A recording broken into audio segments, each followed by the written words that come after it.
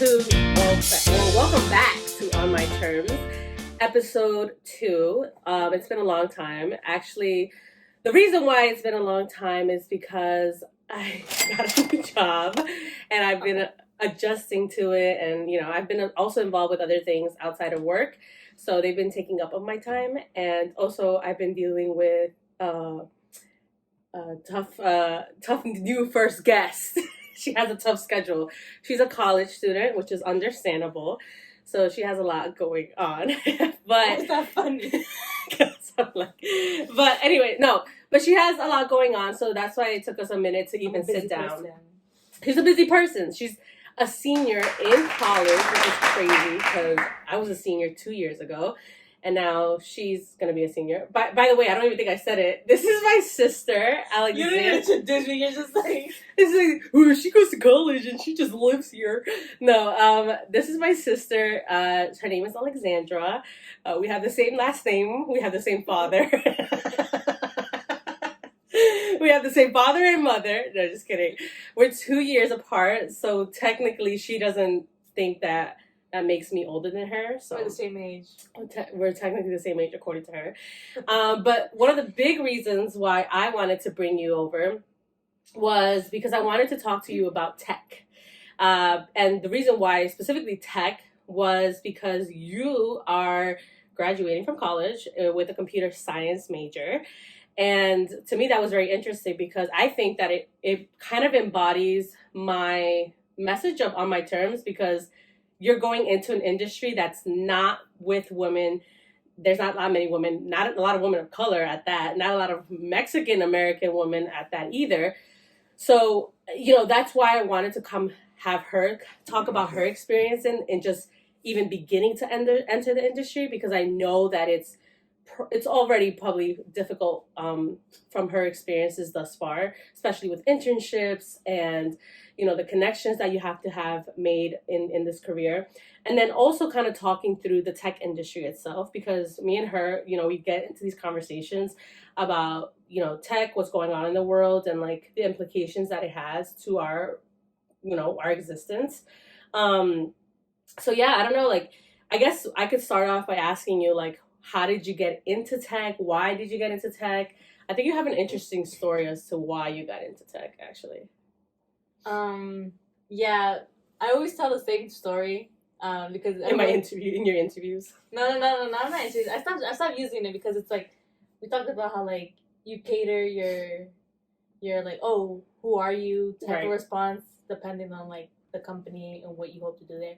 So like I stopped using that story, but I usually tell the story when people ask me like, oh, how did you get into tech? And I was like, okay, so funny story. I always knew I liked computers, and I feel like we always knew that I was tech savvy. Yep. But I never actually thought I could do something with it. So like, we got our first computer, right?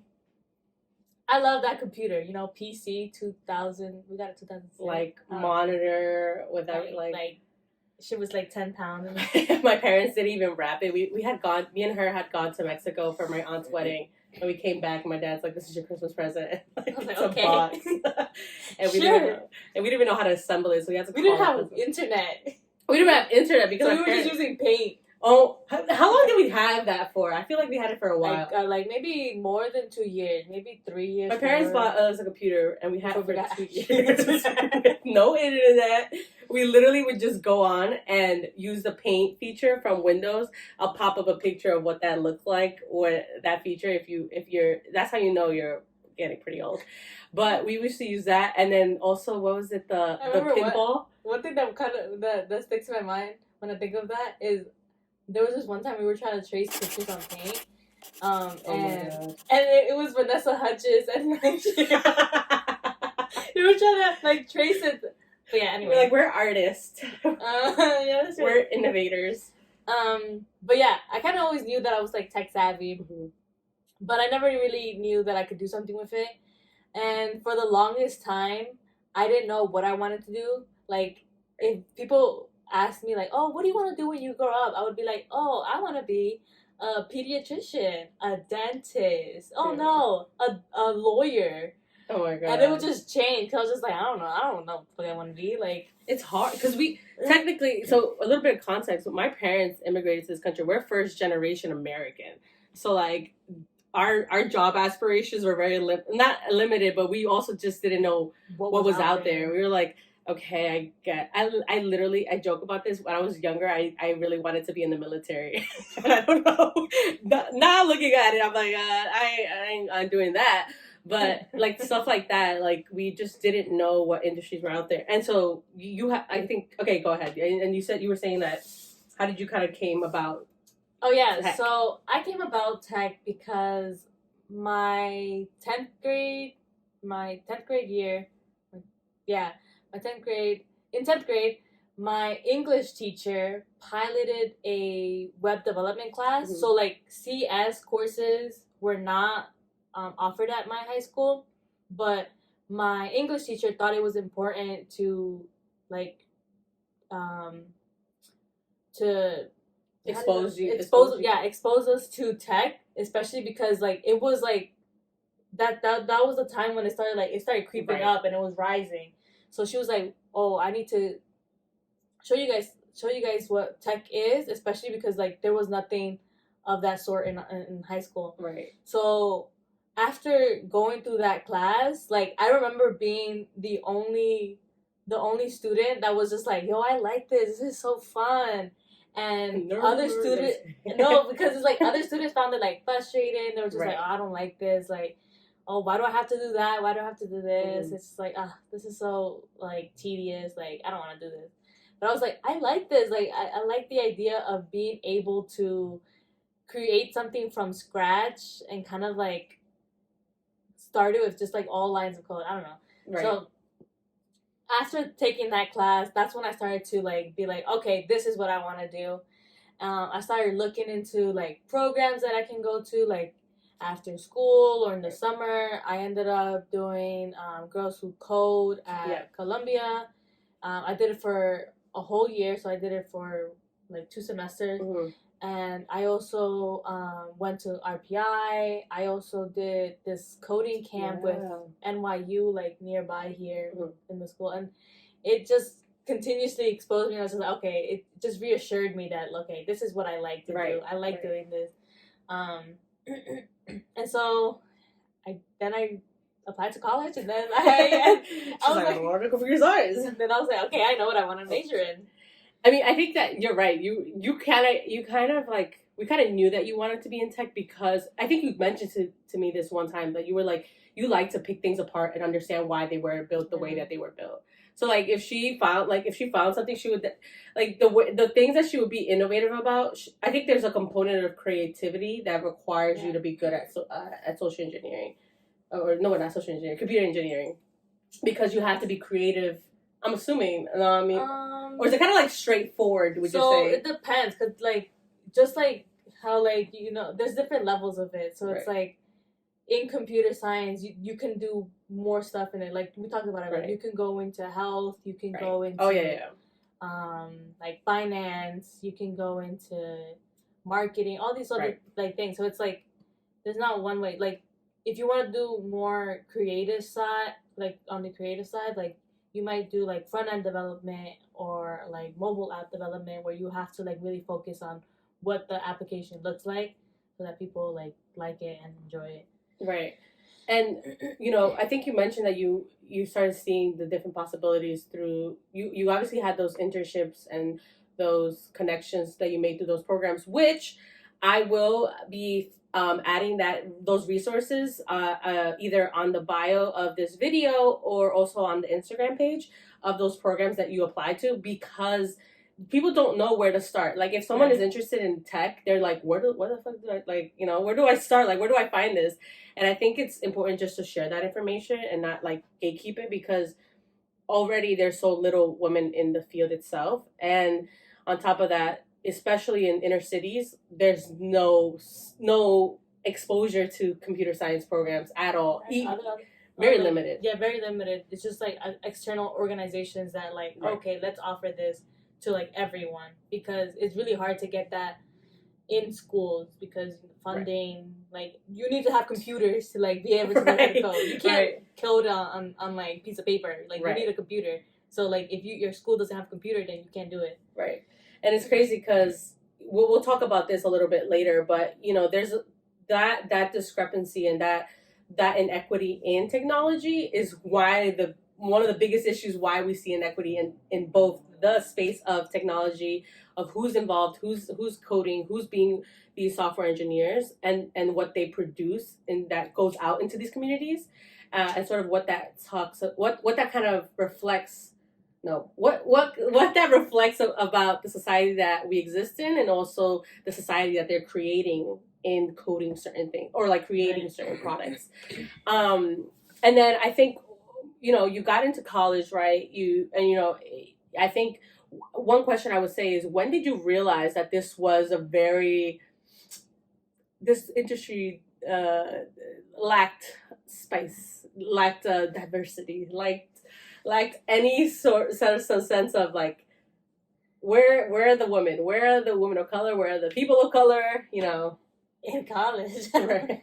In college, because like I said, like when I went to an all girls school, right? So when I did the web development class, it was all girls. So it's just like there was no one to compare ourselves to. Like we were like, oh, the guys are better than us. Like no, it was like amongst ourselves. Right. And then when I did Girls Who Code again, it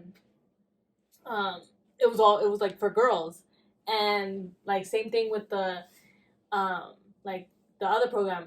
I wasn't like the only girl, but there was like guys there too. But it was just like me. Well, in my like group project like class thingy, it was just me and another guy. So it's like it didn't feel like a bunch of difference. And same thing when I went to RPI, there was like a whole bunch of girls there. So it's just like I didn't really like see it. But they also were like different. They were into like different things of engineering. So it was like chemical engineering. Civil engineering, and I don't know the other ones. But it wasn't to college because like when I went to college, like I say this all the time. Then it's just like my school, I go to SUNY New Paltz, and it is like 73% female. That's crazy. And it's like you notice that you can feel that. You notice that when you can't see a guy a mile away. no, but it's like more. It's more noticeable when you're like in like an art history class or a general education class. Like there's like, oh my god, the social like, sciences, right? The social sciences, but like literally, when I enter my computer science class or when I went to like my engineering class, like I was maybe like one of like 4 girls. That's and then crazy. Like the rest were guys, and it was like a class of like 40 or something. That's insane. So it's like, okay, clearly there's not a lot of us here. And I told this to my mom, like, because the other thing is like there were the other girls, there would be white women. The only 2 other Latinas that I know are my friends. Right. So I want to say 2 other, in computer science specifically, computer science.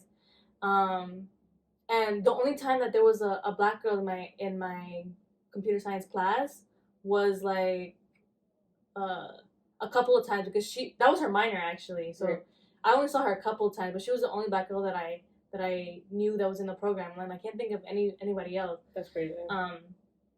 So like clearly there was a little bit of us, like I'm saying, but it's like it's women. There was like it was definitely smaller than men, but women of color even smaller. Even smaller. How many people? You told me how many people are graduating from your class as CS majors, and what is that? How many women in general are graduating from that major? I want to say like 60 students are graduating CS, and like females, like I want to say either max like 5. Max crazy. 5, maybe 10. I don't know. Like but like women of color, like I only know 2 other girls. Yeah. And I feel like that's common with a lot of male-dominated... So it's like there's male-dominated industries, white male-dominated industries, and then that kind of plays into when you go to college and you take these courses. Like I know my friend took entrepreneurial studies and dominated again by mostly men. and then you have your econ majors. I was an international relations minor, and my econ class full of men, and it was so funny because I was like, this is I didn't feel, one, I hated econ, but two, I was just like, this is not my thing. But I think it's just, you get a reflection of the industry already at just a college level.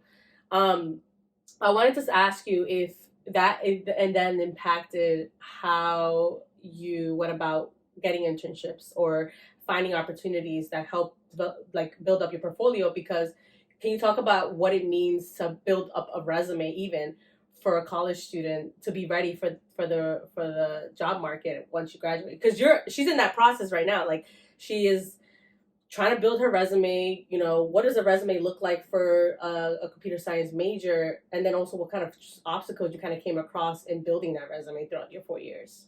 So I would what a CS major would need, like by the time that they're applying and looking for jobs, is a portfolio of like projects that they have worked on, whether that be in school or like projects you worked on through an internship. So like all those things kind of like show your skills that you've done, and they show what you've learned and what you're capable of. So like that's what I would say like is needed in terms of portfolio. Now the obstacles that I found with that is like trying to get my foot through the door of like networking, because and I told this to a lot of the mentors that I get, because also I'm gonna, you can link this too, but I'm also part of this organization called Built by Girls, and they pair me up with advisors. So the advisors that I met through there, I always tell them like that like if it weren't for this, it would like I wouldn't know where to start in terms of networking, because it's like I don't have an uncle that's a CS major. My dad doesn't like fucking doesn't work in Google, right? Like no one does that. So like who do I go to? And like that's the thing that I noticed when I entered into CS, like especially like the white students, they were like, oh, my dad's a software engineer. Oh, I'll just ask my dad for help with my homework. I was like, what? I was like, if I show my dad my homework, he's gonna be like, what the fuck is it? Eso no me enseñaron. He was like, no, yo no entendí esas madres. Right. So like I was like, because I remember being like son when like one of the girls, like we were talking about how hard the homework is, and she was like, I'll just ask my uncle. He knows about this stuff. He's a software engineer at, I don't know where the hell. Right. You're like, I was like, what? Excuse me? I was like, can your uncle help me? Right. You're like, I don't have an uncle that knows something. But I think that's important because people like don't realize that one, there's a layer of being first gen, right? And a lot of our family members, nothing against the fact that they don't know this information, but it's like we are learning these things on our own. Yeah.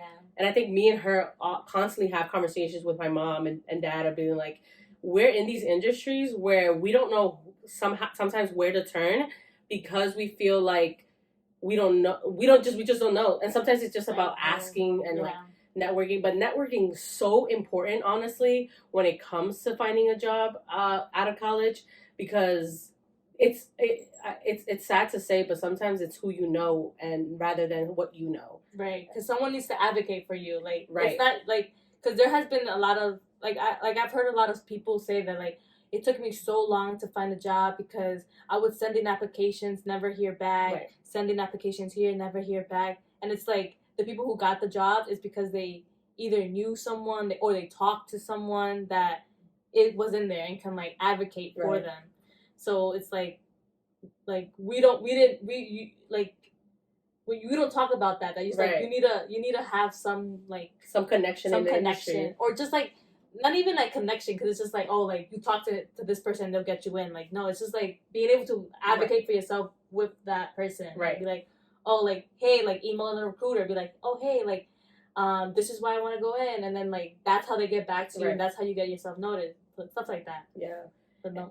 And I think one tip that I recommend is if you go to a colleges, if you went to high school, whatever that may look like, if you know a friend of a friend, always use that as an opportunity to get to know someone that you want to get into their industry or into their company, because it there's a whole layer also that we have to acknowledge about. There is inequity in reaching these levels, right? most opportunities like these come across for white students who have those connections already, who have years, of being in this country, the colonization, but like they've been here, right, and they have built out these connections, or just due to prejudice, right? They cherry pick who they allow into these companies based on nepotism, right?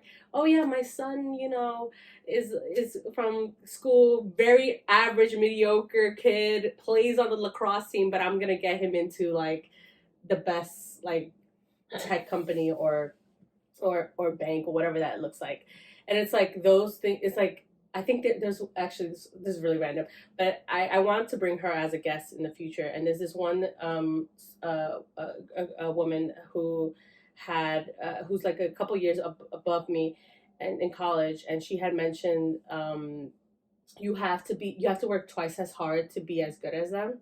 Mm-hmm. And it's like that's so sad. Like there's a whole issue with just feeling like that, because it's like, damn, like we have to work so much harder to even get to a 100%. position of opportunity. But like you were saying, continue with like sort of that build off of that portfolio. Oh yeah. Oh yeah, because that's another thing. How you did that. Now that you mentioned that, because this is a conversation that I have with my friends like often too. That's like, especially if you come from a public school, already.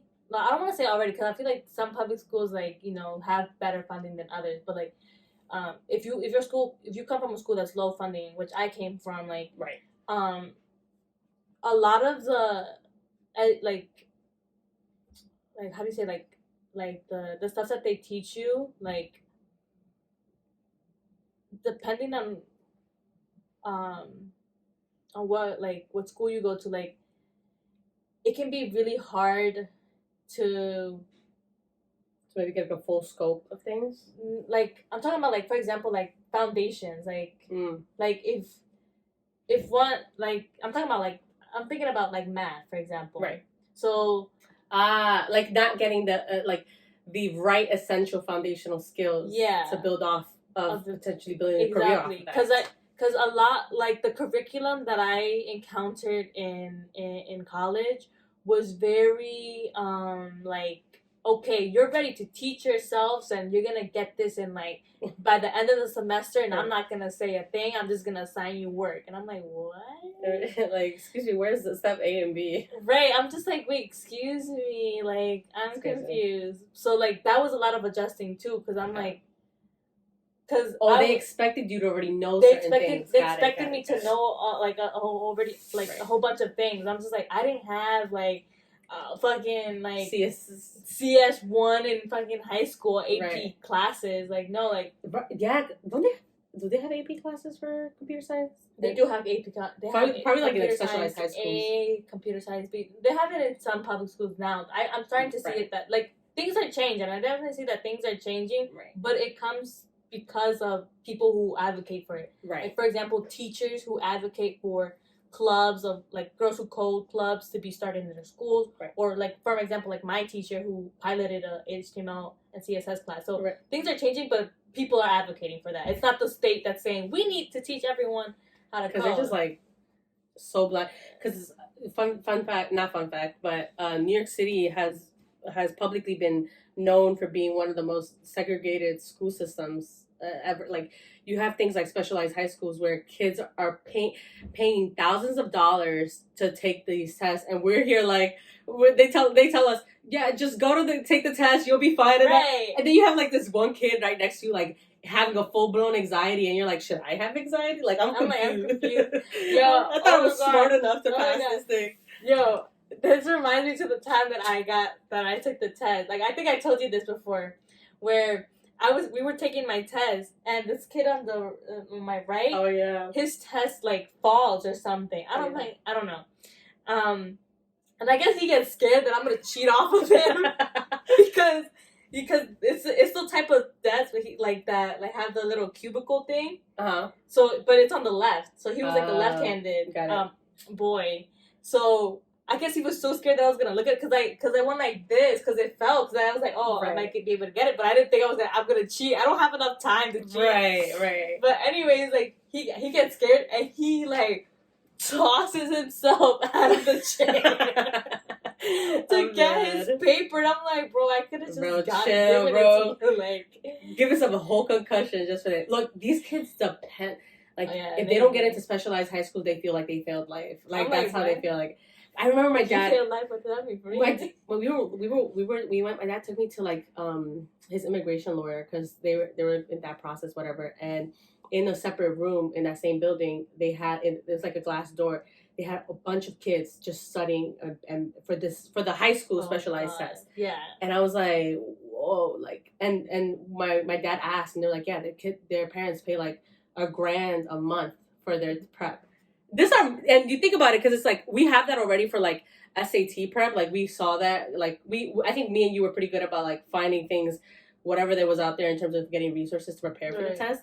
But for that test, we were just they weren't as good. Yeah, no, they also weren't as intensive as like the ones that people paid $1,000 because like those were free. You know what I'm saying? Right. I'm thinking like for example like LGR, like what the what I gave Chris Mel, like those are free resources for you, like, and they depend on donors to give them money for research, and they pay college students to teach you to practice for the SAT. But like for example Kaplan, I don't know. Like they have like specialized tutors that like one-on-one training that they were trained to like teach you how to get like crazy from like and the tests themselves have all issues. Like that's a whole different conversation about specialized tests and how they literally just perpetuate inequities that already exist, because they know the poor kids from inner cities are not going to get into the schools because they don't have the resources to prep for those exact tests, because these tests don't necessarily measure your capabilities. They measure really your ability to take a test, and just to be remember, and if you have the money, which is crazy. But yeah, where did we leave? But we were talking about like your portfolio building. So how did you? So I think I think we've gone back to this question a lot. But if you're graduating, but you're obviously built out your portfolio in your own unique way, I would say. I think that you found different avenues that I've heard obviously people who are computer science majors do different things, but I think yours was a little bit interesting because you did some free labor at some point too, to even build up a resume. Yeah. So like, how did you try to get into these opportunities? And like, I think there's a story that I actually want you to tell, which is pretty. It doesn't have to do anything with tech, but it's something about your internship from last summer. But we could talk about that. But like, I'll talk about it. But so how did you get to? Because I know you got that opportunity, and then also the freelance kind of opportunity that you got. So how did you kind of just push that? Like how did I get that? Yeah. So like that. So like my first internship, when I went I would say it was free labor, because like I ended up getting some sort of a stipend, but it wasn't like I was getting paid hourly or anything. So I got that because my friend shared that internship with me, and she was like, hey, like we need someone else to like do the social media stuff, and I was like, okay, I'll do it. And then I ended up just doing like a lot of the graphics and stuff. So like that's when I found out that I like graphic design as well. Fun fact, she designed my logo for On My Terms, which is pretty cool. So yeah, that's when I learned that I also like graphic design. And what was the other one? My second one, the one I got 2 years ago, that was with I don't even know if I can I don't want to like she's like, I don't want to give out my source, because like I feel like for this one you just knew the right people, or no. For this particular one, if I talk shit, like I don't know if I get in trouble, because I feel like I signed something. You signed an NDA? I think so. Well, okay, you got this. I remember signing a whole bunch of papers. You're like, I don't know what they said. No, I feel like that. Oh my god, I hate that when you do paperwork and you're like, you can't speak about this. That's what I'm like. I can't what's the word? Defamate? No, when we might be saying this wrong. I don't know. We basically speak ill of them. Yeah, I can't speak ill of them. Well, you could just put it like general. It's basically a tech camp for students. Yeah, it's tech camp for students. And I worked as an instructor. And I got that because I was applying to a whole bunch of internships, because I was like, it's my sophomore year, the summer of my junior year, like Mhm. my summer of my junior year, I need to get an internship. I need to build my portfolio, and I kept applying. And I wouldn't hear back, or like they would just be like, yeah, no, we reached the cap. But like this particular company, like they were like, oh yeah, they like moved me up to the interview process, and I was able to go through, and I got it. So yeah, that was an interesting experience in itself, because not only was I applying what I learned, but I was like teaching it. So it was like reinforcing the idea that I knew what I was doing, you know. Right. And then which one? And then did you do like other outside projects? Because you had to build out your portfolio, and you knew you had to build out your portfolio. So most of the projects that I worked on were from school, because that's what like would take up most of my time. And I've done like little side things, but nothing like too big, just to, like show basically like main concepts. Right. But yeah, I think you said you built out some applications with some people too, right? Like what? Like you've like a kind of what was like an application with like the studying one? I think you were trying to build out too. There was like a studying one, no? You said you asked me. You were like, what would be useful? I think it was like for like calendar management. Oh yeah. We were doing that. We were doing that at a certain point, but then school got in the way. Got it. So we ended up just like leaving it and coming back to it. Got it.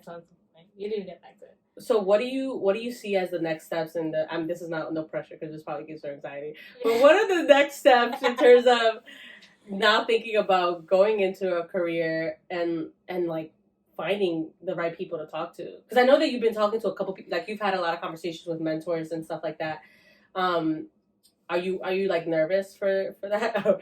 So tell me, nervous? Are you nervous? Are you nervous to basically go out into the real world? It's terrible. Which I'll talk about that because that's what I was talking about in my first episode. Like that, those first couple of months after graduation are like the worst. Not the worst, but like scary because you've been defined by school. You've been told that you are your grades, you are your whatever, all these other things, numbers, and like that's such a you give kids existential crisis. They really do. We talk about the social dilemma being. We'll talk about the movie a little bit later. But they were talking about how like kids are pressured by like social media, and I'm like, kids are pressured by other things too, including the education system and how flawed it is, and also the dehumanization of kids because they make it all about the numbers, and it's like it's where you get in or whatever. So it's like crazy. But is there anything that you would say? I mean, is there anything you would do differently? But like, do you feel ready, kind of, for the workforce? Do you know what's up ahead, essentially? I know what's up ahead. It's just getting myself to the point where I am confident of going through it. If that makes sense. Got it. So it's like I know what I need to do. I know my goal is to complete one more project to complete my portfolio this semester before I graduate. So like I know what I need. It's just like getting there and like really preparing myself to because also there's like when you go and apply to jobs, especially in software engineering, you need to have the practice the technical skills because you're going to be asked to do like a coding interview. You're going to be asked to do a coding interview where like they're going to give you a prompt and they're going to be right in front of you, like the hiring managers and like people from the team. That's great. And they're gonna be like looking at you and see how you solve the problem. So they're gonna be like, oh, okay, if I want to find like I'm thinking of like one that I did. It's just like if I want to find the local carpenter that is the cheapest or something like that, and it gives you like 2 arrays or something like that, like how would I do it in the most efficient way? And you have to think, okay, if I want to do this, and then you also have to think about like time complexity. So it's just like, okay, because your program can't take too long either. Right. So it's like, it's a lot of like things that you need to really practice before you get in there. And so that's the thing that I'm practicing. And I bought that big textbook cracking the coding interview to Oh, help me through that. I'll link that in the bio below. Yeah.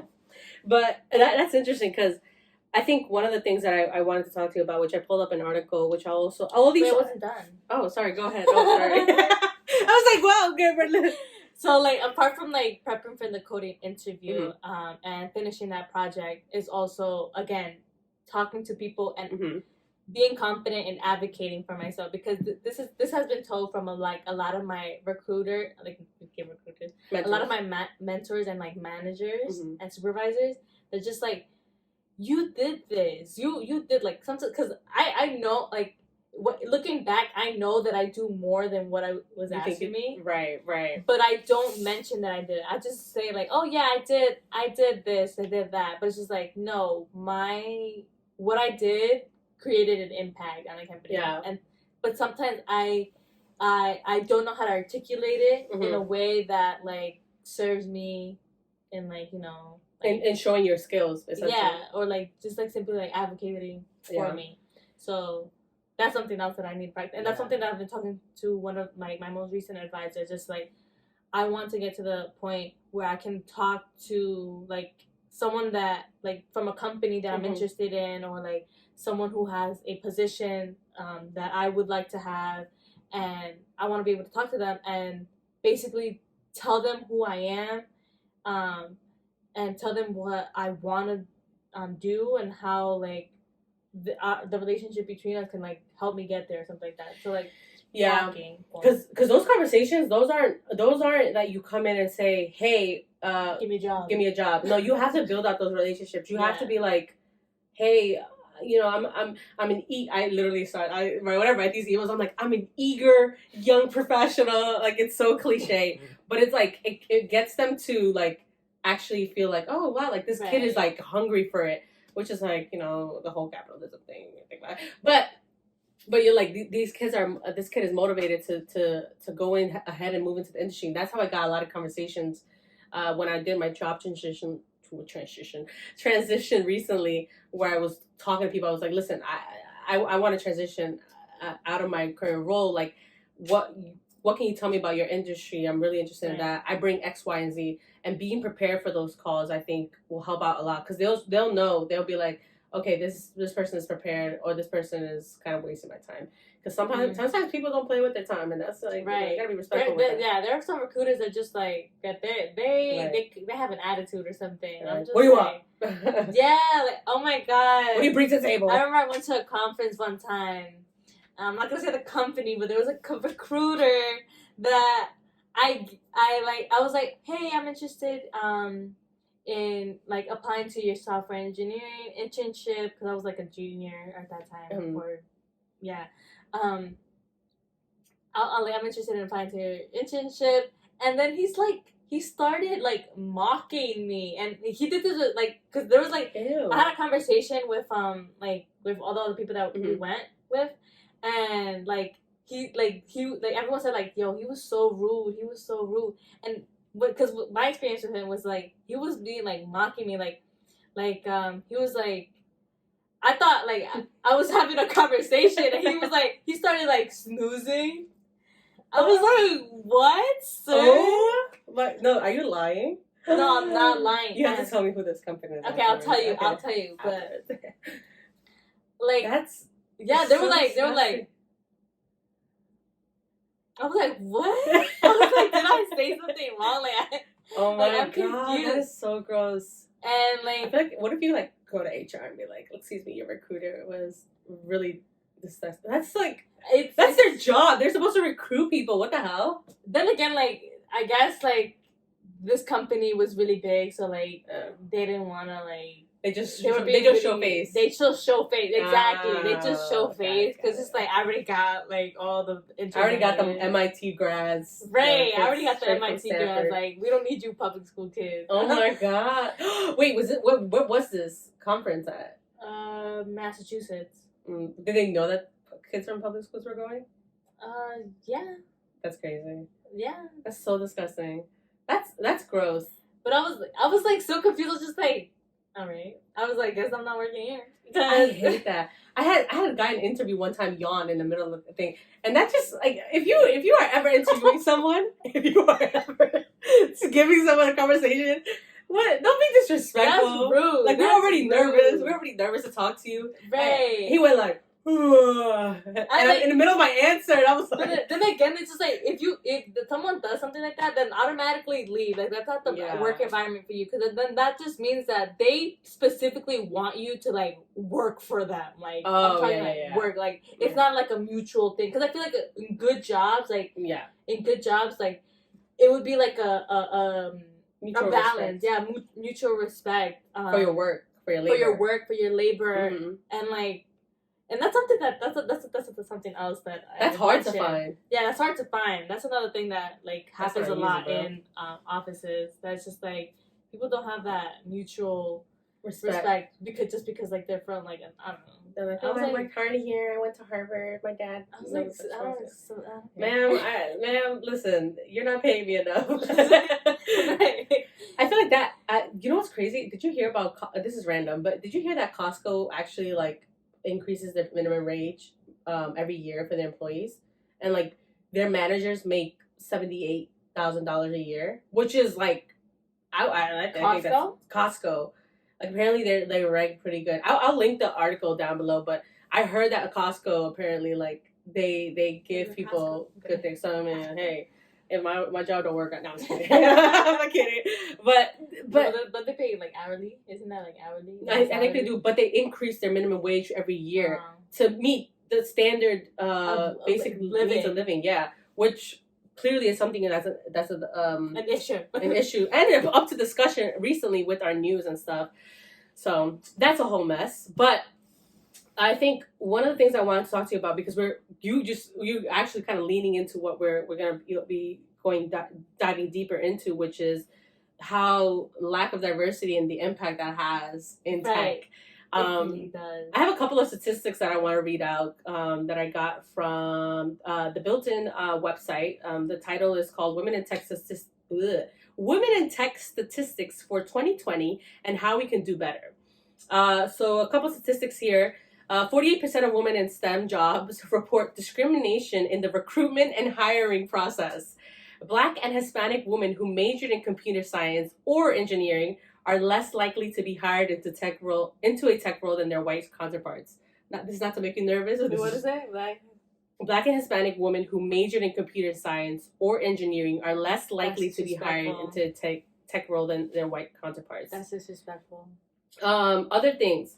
Let's see. 26% of computing-related jobs are held by women. Just 3% of computing-related jobs are held by African-American women, 6% held by Asian women, and 2% held by Hispanic women.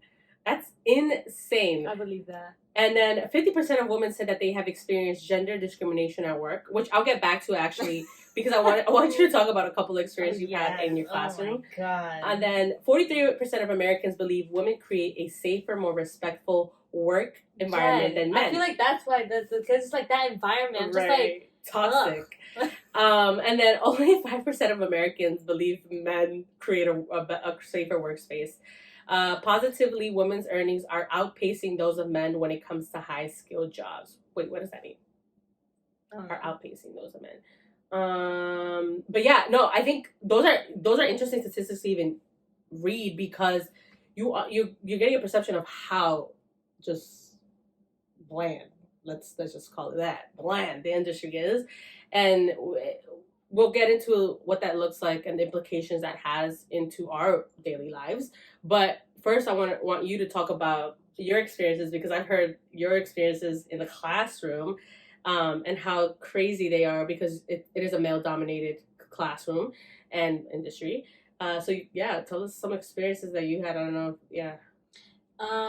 So like many of my experiences are very similar. Mm-hmm. So it's like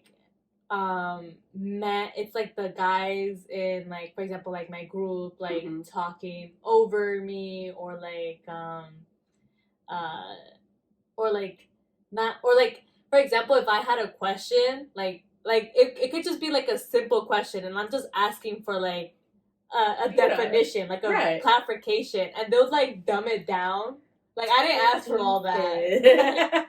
Listen, I'm not 5, okay? So like I asked like what's 5 times 5? They were like, okay, so 2 plus 2 equals 4, right? You're you like, get that? bruh. You get that? You get that, right? I'm like, yeah, I get it. It's called mansplaining. I'm like, yeah, I get it. I didn't ask that. I said, what's 5? Or like, I don't know, something small. Like I'll ask something small. And they'll like drag it.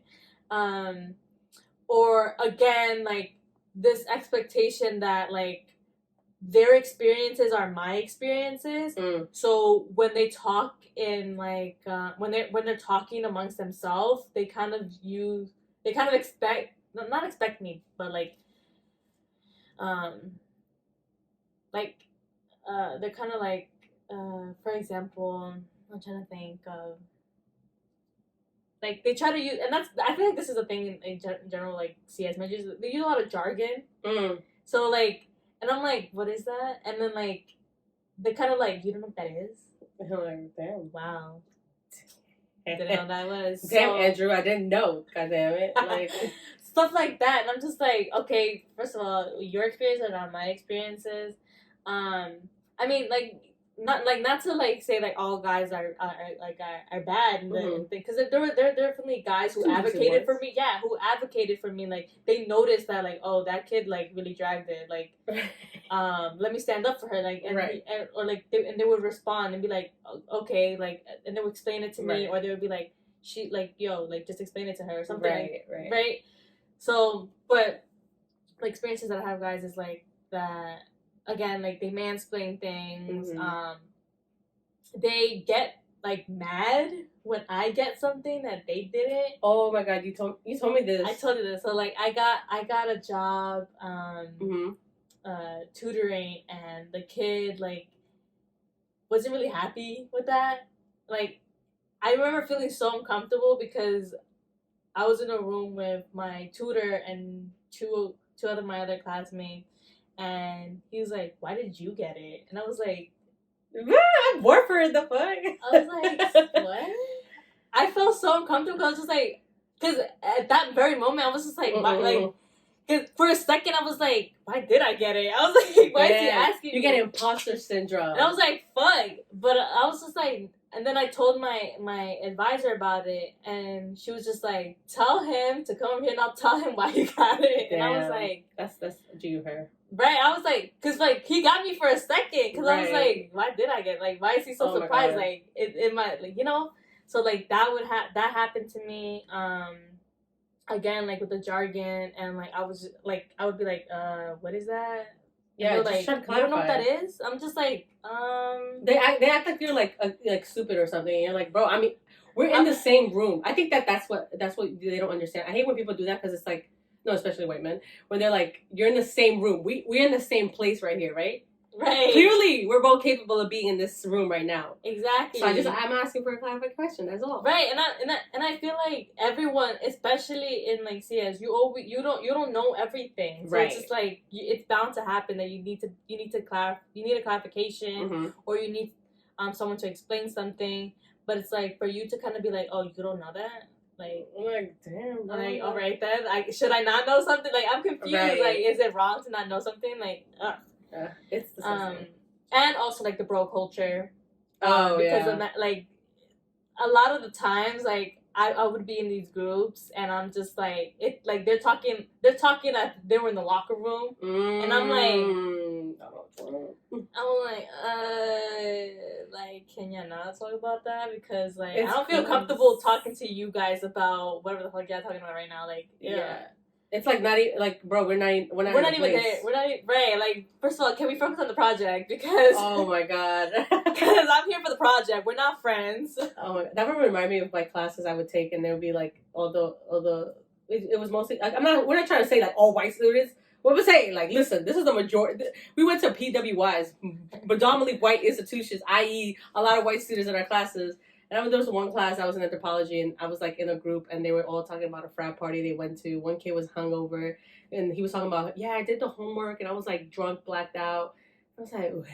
I was like, bro, like we're talking about like the project, right? I feel like that's a big. It's funny because it's like I feel like for us, we do a lot of code switching, right? So it's just like we could talk about certain things with our friends, or like I could talk about certain things with you, but like I know not to talk about it with like when I'm in like a professional setting or something like that. But like they don't give a fuck. They're like, yeah, I'm gonna. Oh my god, I noticed that. And even the internships, I would be in internships, and they would be out here talking about like their parties. I'm like, bro, like chill, like this is not the place. You got a manager out here who like who could be like, nah, you ain't it. You don't gotta know that. I'm like, this is so uncomfortable, but yeah, they definitely have that white privilege, that white people privilege, to be able to feel like they could walk and talk like however they want. And I think, you know, you bring up a point, right? That they feel entitled to like just go about how they want to go about without without no like repercussions. Right. And so that actually kind of brings us to the movie that we both decided to. Well, you watched it, and then you were like. And you were like, you have to watch this. Like, it's so interesting. And then I was like, and then we sparked the whole conversation. I was like, okay, I have to watch it because we want to talk about tech in this podcast episode. And the the movie itself brings up a whole plethora of arguments about just what's wrong with sometimes the tech. Sorry about that for cutting it a little bit short. Actually, not too little because this has been practically an hour episode.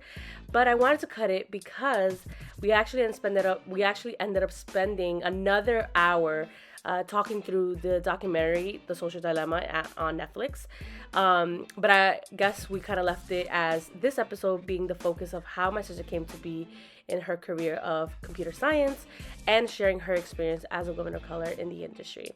Hopefully, she was able to provide you all with some tips, tricks about how to maneuver around that industry. I will be putting down a lot of the resources we talked about down below, so check those out. And also make sure to come back next week to hear about our discussion on the Social Dilemma documentary. Also, make sure to check us out on Spotify, Apple Podcasts, and SoundCloud. I hope you guys enjoyed this episode, and we will see you soon.